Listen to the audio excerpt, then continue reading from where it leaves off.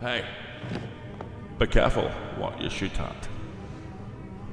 Most things in here don't react too well to bullets, especially a cinematographer. Right. Just try not to aim the gun at the camera, eh? I gotta be careful what I shoot at. Well, there's a first time for everything. What's going on, everyone? Jeremy here from the Quartering. Hope you're having an absolutely wonderful day. I know I am. I've been working late last night and early this morning setting up my new Meta PC. And it's always fun realizing you didn't back this up or that up or whatever, but that's neither here nor there. Alec Baldwin probably is pretty concerned right now as his armorer, who conveniently went from a greasy neon-colored haired SJW to a muted, no nose ring, all this kind of stuff in court. Well, she was found guilty and sent directly to jail. Do not pass go. Do not collect. Is it $200 anymore? What is the Monopoly collect go these days with inflation? I suppose it's probably more like $1,000. But this is very bad news, likely for Alec Baldwin, whose trial starts July 9th. Rust armorer Hannah Gutierrez-Reed guilty of involuntary taking of life and accidental incident. I don't know how many obvious breaches of protocol or obvious oversights that you can have and still call things an accident. This was not an accident. This was an inevitability, which the jury decided in just under 3 hours yesterday. Jurors returned a verdict after less than 3 hours of deliberations on Wednesday afternoon following 2 weeks of testimony about safety lapses on set. Now, if you remember, Alec Baldwin was starring in and producing a movie called Rust, in which live rounds were used instead of dummy rounds by a person who was literally paid to know the difference and then fired into not one but two people on set. People forget that two people actually were injured. One person lost their life. Gutierrez-Reed was acquitted of a separate charge of tampering with evidence, although she should have been convicted of that too, and faces up to 18 months in prison at sentencing which is coming in April. Following the verdict, Judge Mary Marlowe Summer ordered Gutierrez-Reed remanded immediately into custody as her attorney Monica Barreras rubbed her back to comfort her. Bailiffs led her away. Outside the First Judicial District Courthouse in Santa Fe, New Mexico, juror Alberto Sanchez told the reporters the jury reached a fair verdict. Someone died, Sanchez said. You've got to take responsibility. Now, I wonder if Alec Baldwin, could you even imagine somebody of his magnitude having to suffer repercussions for his actions? Especially when you're handling weapons and you're in charge of those, it's your job. Gutierrez-Reed was the first person to stand trial in the October 21st, 2021 incident that happened at Bonanza Creek Ranch outside of Santa Fe, New Mexico. Alec Baldwin is set to face his own charge starting in July. The first assistant director, Dave Halls, took a plea deal last year to a misdemeanor count of negligent handling of a pew-pew and served 6 months of unsupervised probation. So he got off extremely easy. 6 months probation, you don't have to, you just live your life and you're done. Now, ego is a thing, and I'm sure that some sort of plea deal was probably offered to Alec Baldwin. I can't know that for sure, but interesting. Gutierrez-Reed, of course, loaded a live round into Baldwin's weapon, which should have only contained dummies. Then it was fired, costing Helena Hutchins and her life and seriously wounding director Joel Souza.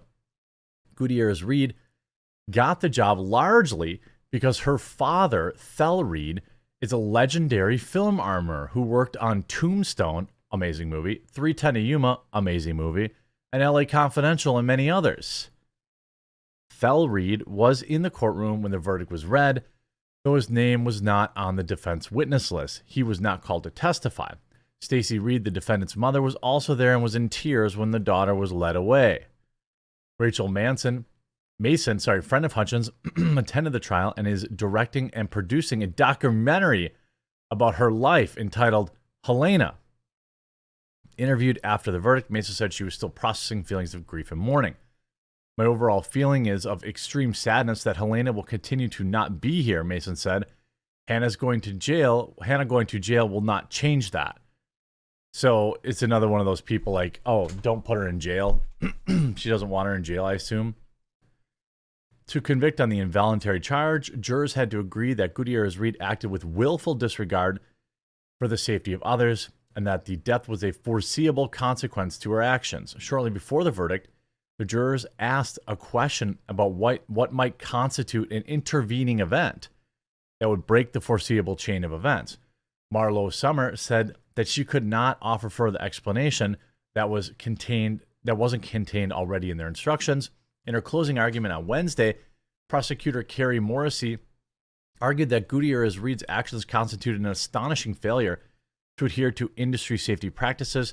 She argued that Gutierrez-Reed was responsible for bringing the live rounds to set, which she was, and that she never properly rattle tested them to ensure they were dummies. Now, what's a rattle test? Well, you just take the round and you literally go, and you hear something rattle around in it, and then you know it's a dummy round. It's pretty simple, pretty rudimentary, but it works. The jury appeared to agree with that assessment. Quote, she could have paused work, stopped, and cleared it up, and just never did, Sanchez said outside the courthouse. That was her job, to check those rounds, those firearms. No one wanted to pay attention or do the sort of stuff and stop work. Defense attorney Jason Bowles countered that workplace safety investigation laid the blame on management, in part for failing to give Gutierrez-Reed accurate time to do her job. Well, I thought she had all this time to be doing blow and drinking and going and doing all this other stuff, right? He also sought to put blame on Seth Kenny, the weapons supplier who provides blanks and dummy rounds to production. Now, I talked to some people and said that it is not outside the realm of possibility that people end up getting live rounds mixed in with dummy rounds, even on like their orders, because they're produced in sometimes by the same people. So that's why you have second and third level checks. Outside the court, the attorney said that was disappointed with the verdict and would appeal. The evidence wasn't sufficient to convict, he said. It was a lot of guesswork and speculation. Well, I disagree with that. Now, what's interesting is, of course, I think that's probably the right charge. I think that's probably the fair charge. I mean, you're talking about 18 months in jail. That will probably be less than 6 months. And the woman on the other end of your poor behavior is dead. I think that is an extremely light sentence. Now, the juror in this says that Armour made consistent safety failures. And also, of course, you see there's this incident. So Alec Baldwin looms large in Rust's Armour trial. Rust set footage shows Alec Baldwin rushing the crew, saying, "One more, right away, let's reload." Uh-oh, Piscadios. The director called action, and Alec Baldwin emerged from a wooden shed, advancing towards the camera, firing from an old pistol. As soon as he heard cut, the actor wanted to do another take. One more, right away. Baldwin shouted, "Let's reload." Hannah Gutierrez-Reed, the film's 24-year-old Armour, hurried to put more blanks in. Baldwin was visibly impatient. "Here we go. Come on," he said. "We should have 2 of these both, and we're reloading." Now, again,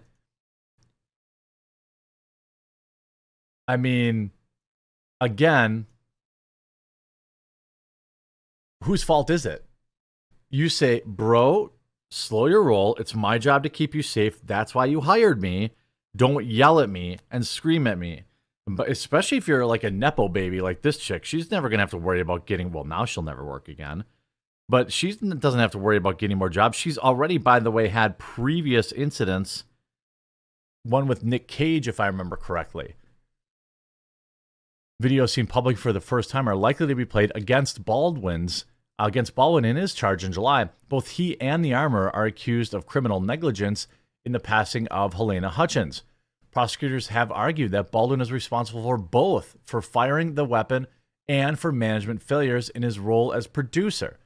Baldwin's defense has argued that he was a, quote, creative producer and not in a supervisory role. Carrie Morrissey, one of the special prosecutors, played the videos during the questioning of Brian Carpenter, a veteran armorer who is serving as the state's expert witness. Carpenter testified that a series of behind-the-scenes videos showed numerous lapses in safety. Now, in several videos, a stuntman could be seen walking around with a weapon pointed up, failing to maintain muzzle discipline. In another, stuntman spun around with the weapon pointed up and then handed it to a child actor. He faulted Gutierrez-Reed for failing to intervene or to take the weapon away. In other scenes, Gutierrez-Reed could be seen holding the weapons upright by the barrel. Carpenter also said that when Baldwin was trying to speed up the reloading, she should have slowed things down. Rushing with these things, telling someone to rush is not normal nor accepted. Carpenter testified, in a situation like that, when you're getting rushed to that extent, that's when safety starts to fall by the wayside. In another take, Baldwin could be seen lying on his back on the ground while holding his weapon. He gestured with it, explaining to a crew how he was going to get up and fire. "I don't want to fire towards you," Baldwin said. "I'm going to fire close to you." Asked if he saw anything wrong with the clip, Carpenter said, "He's using the weapon as a pointing stick." I mean, yeah, I would think that's pretty bad. At one point, Gutierrez-Reed could be heard off-screen warning the crew, "Everyone in the path of this, please move." Carpenter said that it appeared that Gutierrez-Reed was avoiding addressing the issues directly with Baldwin. She was attempting not to correct Mr. Baldwin, but try to make the crew move to a more safe position. On cross, the armorer's lawyer, Jason Bowles, noted that she was just starting out in the business and that wasn't even in the union yet.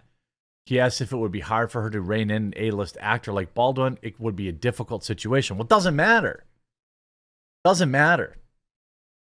In my experience, Baldwin should be found guilty as well, probably of a similar charge, but we don't have to wait very long. It's only going to be a couple of months till he's in court, so it's going to be very interesting. He's probably shaking in his designer boots right now. I hope you enjoyed this video. If you did, make sure you leave a like on it, and we'll talk to you again real soon.